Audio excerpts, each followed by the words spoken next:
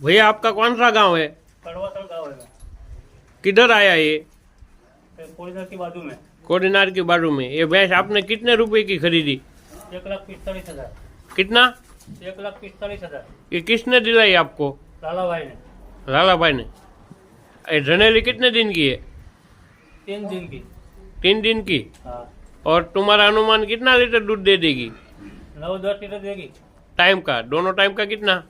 दोनों का 18-19 litre. 18-19 litre. चलो भैंस को दिखाने दो। ये जो कान कटेली भैंस ढेप खा रही है ना, ये हमने भाई भैया को दिलाई है। कोडिनार के दूध निकालने वाले हैं।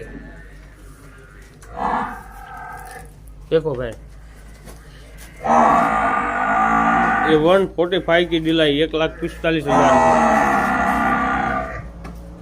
छोड़ो बच्चों।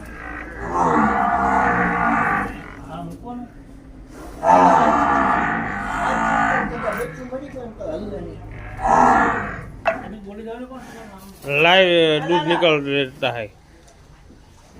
घड़ी कान पर जो बहुत भारी भैंस मिली है भैया को, मैंने दिलाई है।